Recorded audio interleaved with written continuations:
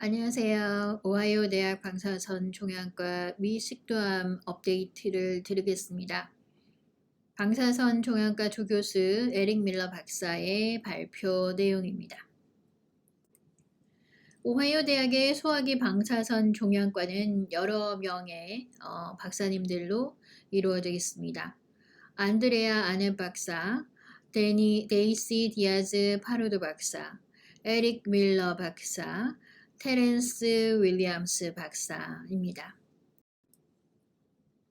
위식도암은 저에게 굉장히 부담이 됩니다. 위식도암 환자 대부분이 진행된 상태이고요. 림프암 전이된 T2 이상인 경우가 많습니다. 따라서 환자 치료 과정이 어렵습니다. 화학요법과 방사선요법, 수술 등을 이용하게 되는데요. 많은 환자가 치료 중에 몇 번 입원을 하게 됩니다. 치료를 끝낸 환자의 경우에는 5년 생존율이 약 50% 정도 해당됩니다. 위식도암에서의 방사선요법의 역할에 대해서 말씀드리고자 합니다. 위식도암 환자 대부분 수술 전 화학요법, 방사선요법을 받게 되는데요.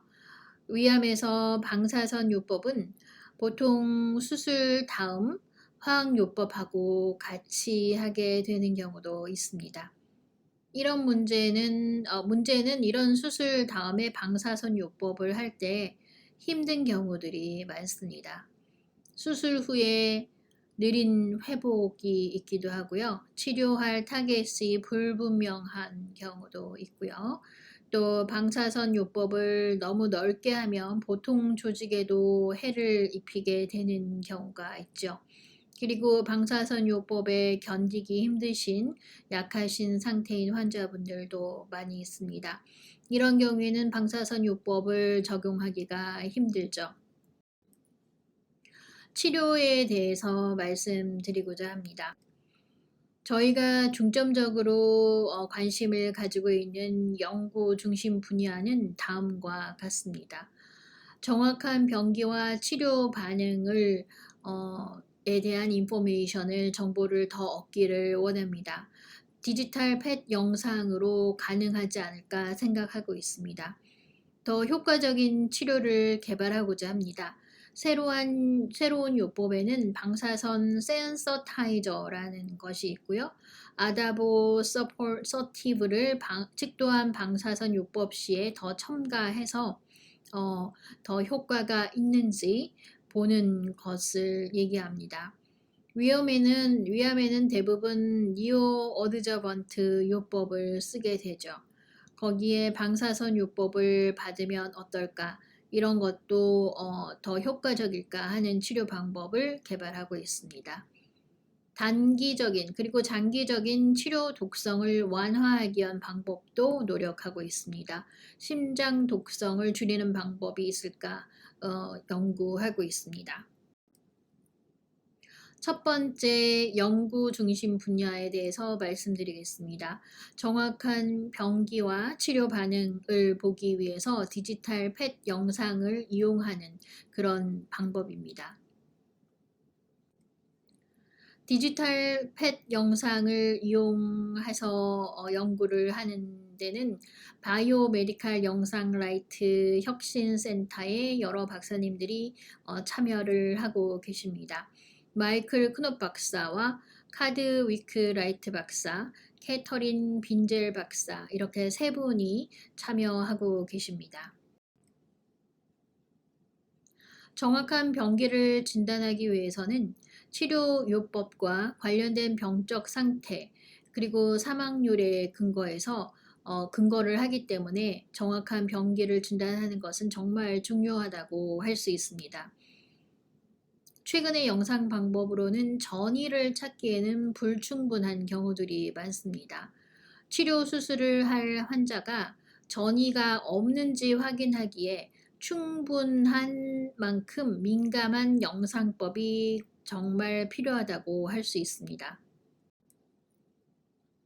그리고 치료에 제대로 반응을 해서 캔서가 암이 줄어드는지 등을 확인할 수 있는 영상 방법도 필요하다고 하겠습니다. 두 번째 연구 중심 분야인 더 효과적인 치료 개발을 위한 방법입니다.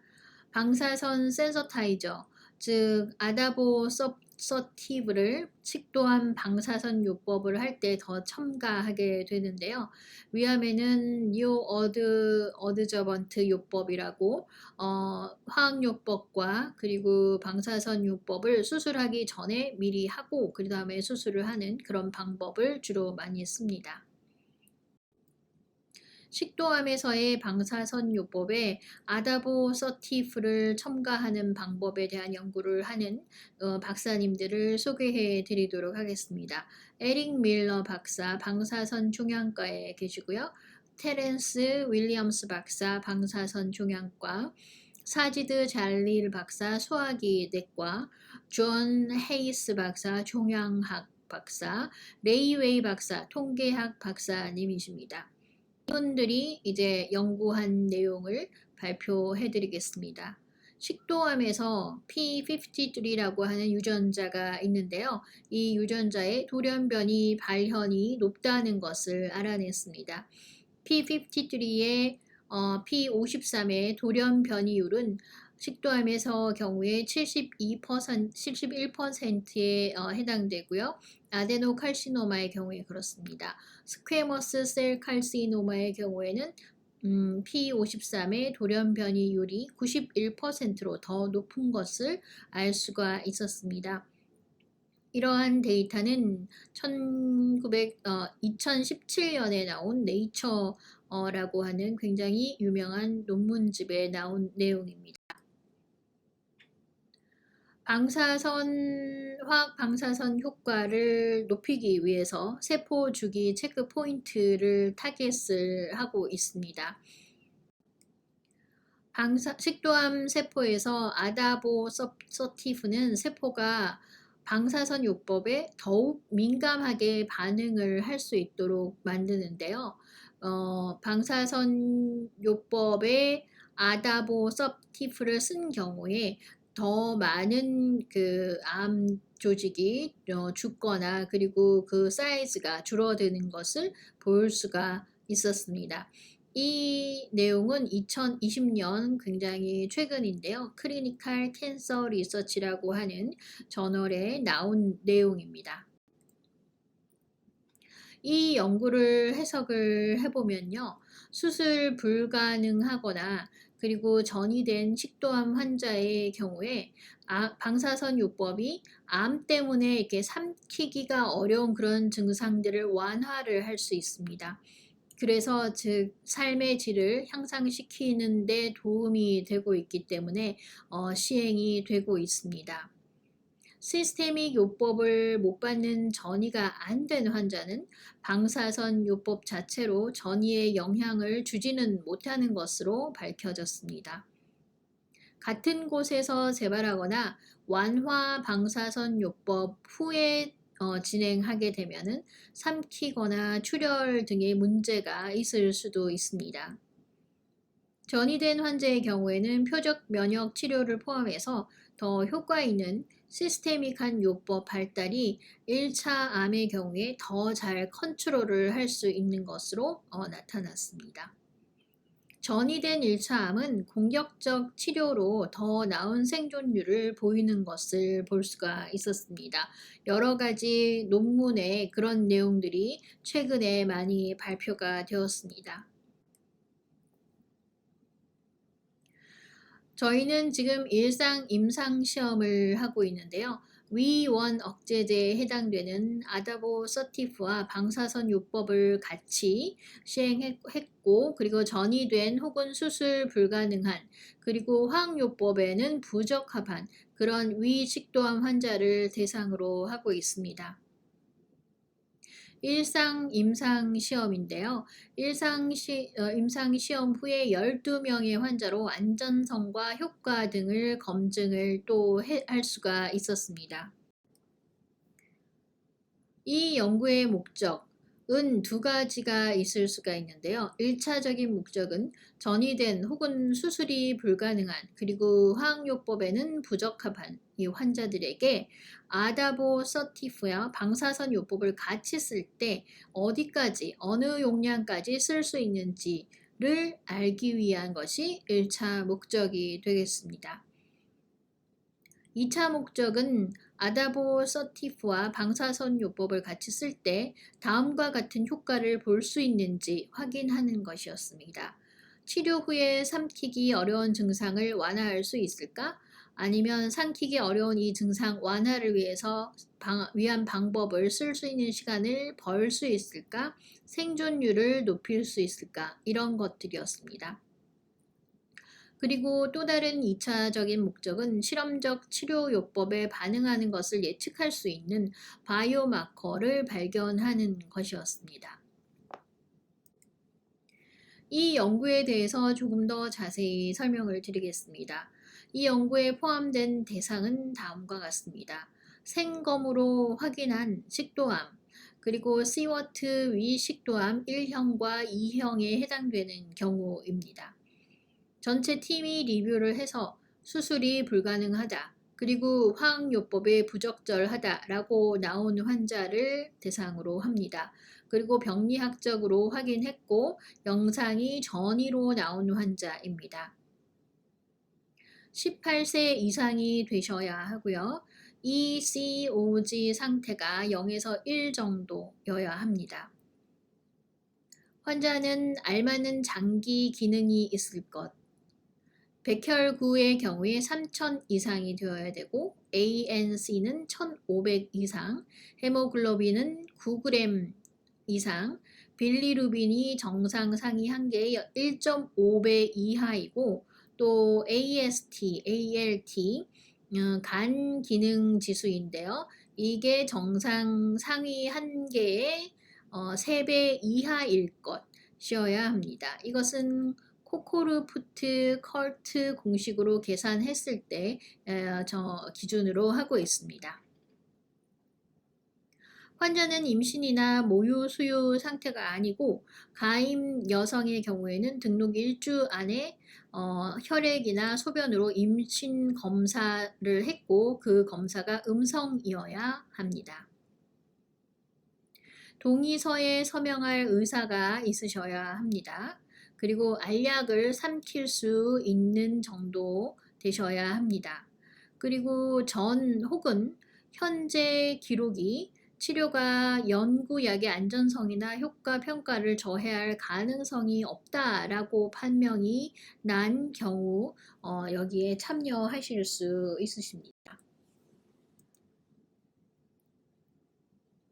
제외 대상을 말씀드리겠습니다.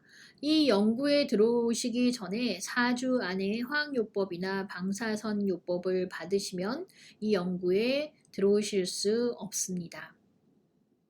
전 항암 치료의 부작용에서 회복 전인 환자분들, 잔류 독성 1급 이상 되신 분들은 참여하실 수 없습니다. 네, 머리카락 빠지는 것은 여기서 제외되겠습니다. 전에 흉부나 복부의 방사선 요법을 받으셨던 분은 참여하실 수 없습니다. 임신 여성은 제외하고요. 심장 질환자도 제외합니다. AGD 1775와 작용하는 할 수 있는 약을 복용하시는 분은 제외합니다. 제외 대상에 포함이 되겠습니다. AGD 1775의 용량 증가를 저희가 테스트를 하고 있는데요. 그 스케줄은 다음과 같습니다. 레벨 1, 마이너스 1, 레벨 1, 레벨 2, 레벨 3 이런 식으로 점점 증가가 되게 되겠습니다. 이 임상시험은 현재 저희가 개발 중이고 2020년 가을에 시작될 것으로 예상합니다. 다음 연구 중심 분야에 대해서 말씀드리겠습니다. 단기와 장기 치료에 있어서 독성을 완화하는 것을 중심으로 연구를 하고 있습니다. 특히 심장에 독성이 있게 되는데 완화할 수 있는지를 연구하고 있습니다. 위암 치료는 아시다시피 아주 확실하게 밝혀지지는 않았습니다.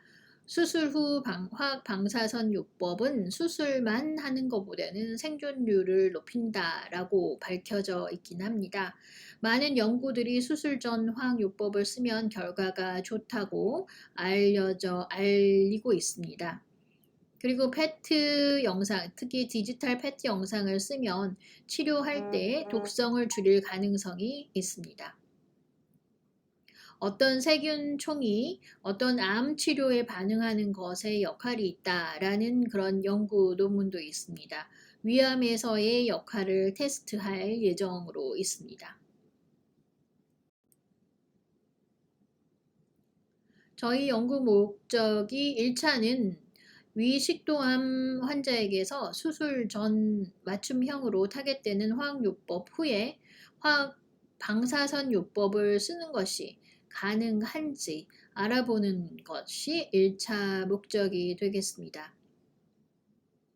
2차 목적은 컨비네이션 요법과 잘 반응하는 것과 관련된 세균 총 종류를 알아보는 것을 2차 목적으로 하고 있습니다. 그리고 위암 치료 시에 페트 영상을 이용한 페트 퍼퓨전의 역할을 알아보고자 합니다. 임상시험 디자인을 보여드리고 있습니다. 처음에 베이스라인 기본 펫 스캔을 하시고요. 그 다음에 화학요법에 들어가게 됩니다. 그리고 치료를 한 후에 펫 스캔을 다시 하게 되고요. 그리고 화학 방사선 요법을 하게 되는데 이때 페트가 전체 이제 용적을 확인하기 위해서 쓰입니다. 화학 방사선 치료를 한 후에 다시 한번 페트를 찍고요. 그 다음에 수술에 들어가게 됩니다. 그리고 각 이 시간별로 그 세균총을 나중에 연구하기 위해서 스툴 샘플, 변 샘플을 이제 받게 됩니다. 이 연구에 포함되실 분들은 다음과 같습니다. 형태적으로 위식도암 CT2N0에서 T4A-N3M0, TNM 8차 가이드라인으로 기준으로 했을 때 확인이 되어진 환자분들 포함되십니다. 등록 전에 EUS와 복강경 검사를 하실 것을 권고드리고요. 18세 이상이신 분이셔야 되고요. ECOG 상태가 2 미만이셔야 합니다. 환자는 알맞는 혈액 기능, 신장 기능, 간 기능이 있으셔야 여기에 참가하실 수 있으십니다. 최근 지역적으로 발전된 위암으로 진단을 받으셨다면 이 임상시험의 등록을 고려를 해보시기를 권고드립니다. 다음 연구 중심 분야는 심장 독성에 관한 것입니다. 흉부 방사선 요법을 받은 환자의 심장 독성을 연구를 하고 있는데요. 심장 종양과의 데니얼 메디슨 박사, 방사선 종양과의 에릭 밀러 박사, 방사선 종양과의 테렌스 윌리엄스 박사가 이 연구에 참여하고 계십니다. 위식도암의 심장 독성에 대해서 말씀드리겠습니다. 현대적인 치료로는 지역적 위식도암 환자의 생존율은 거의 2배로 늘었다고 할 수 있습니다. 치료 지연으로 인한 부작용이 빨리 사망하게 되는데 그 이유로 인해서 전에는 걱정이 아니었지만 치료의 발전으로 사망이 늦어짐에 따라서 장기적인 생존자가 발생을 하게 되는 것이죠. 그래서 너무 많은 방사선이 심장에 노출이 되게 되면 심장 부정극과 사망률이 높아지게 됩니다. 흉부 방사선 요법으로 치료할 때 장기적인 심장 부정극과 사망률의 주요 요인이 된다고 알려져 있습니다. 위 식도암의 심장 독성에 대해서 말씀드리겠습니다. 대부분이 식도암이 흉부 아래 식도에 위치하기 때문에 환자가 흉부에 방사선을 쪼이게 되는데, 그래서 환자가 방사선 요법에 노출이 되면 심장 독성에 약해지게 되는 것입니다. 이것을 연구하기 위해서 2007년에서 2017년까지 10년 동안 계속되는 208명의 위식도암 환자를 다시 되짚어 보는 레트로 리뷰를 하게 되었는데요. 주 심장혈관 부작용, 즉 MACE라고 하는 그 부작용이 있는데, 여기에 관련된 환자와 치료 요인들을 알아내게 됐습니다. 결과를 말씀드리자면 40% 정도의 환자가 MACE를 경험을 했다. 즉, 주 심장혈관 부작용이 있었다라는 것을 알게 되었습니다. 원래 있던 심장혈관 질환을 가진 환자는 심각한 심장혈관 부작용 인자가 있다고 할 수 있습니다. 그러나 더 발전된 방사선 요법이 그것을 막을 수도 있겠죠. 그래서 심장혈관 질환에 대한 기작 연구 그리고 예방 기획이 정말 필요하다고 얘기할 수 있겠습니다. 위식도암 심장 독성을 발견하고 예방하고 또 완화할 수 있는 미래의 전략에 대해서 말씀드리고자 합니다. 발견을 위한 혁신 전략 개발은 심장 MRI가 있을 수 있고 페트 영상이 있을 수 있겠습니다. 그리고 혈액을 그 기반으로 한 바이오마커 개발이 있을 수 있겠습니다. 예방을 위한 혁신 전략 개발입니다. 약학에서 저희가 도움을 받을 수 있을 것 같고요. 더 발전된 방사선 요법 계획과 전달, 예를 들면 포톤빔 요법이라는 것도 저희가 생각을 해볼 수 있겠습니다. 완화를 위한 혁신 전략 개발로는 항염증이나 항섬유화를 시킬 수 있을까 하는 것들을 생각해 볼 수 있겠습니다. 결론으로 말씀드리자면 저희가 오늘 이 발표에서 여러 가지를 얘기를 했지만, 첫 번째 정확한 병기와 치료 반응을 위해서 디지털 펫 영상을 쓰고 있다. 그리고 더 발전되어지는 것이 좋다라는 말씀을 드렸고요. 두 번째, 더 효과적인 치료 개발을 위해서 새로운 요법, 즉 방사선 센서타이저, 아다보 서티브라고 하는 센서타이저가 있는데, 이것을 측도한 방사선 요법 할 때 같이 첨가를 하면 더 훨씬 좋은 효과를 볼 수 있다라는 것을 말씀드렸습니다. 그리고 단기적인 그리고 장기적인 치료 독성 완화를 위한 방법들이 필요하다. 특히 심장 독성을 줄이기 위해서 노력해야 된다라는 것을 말씀드렸습니다.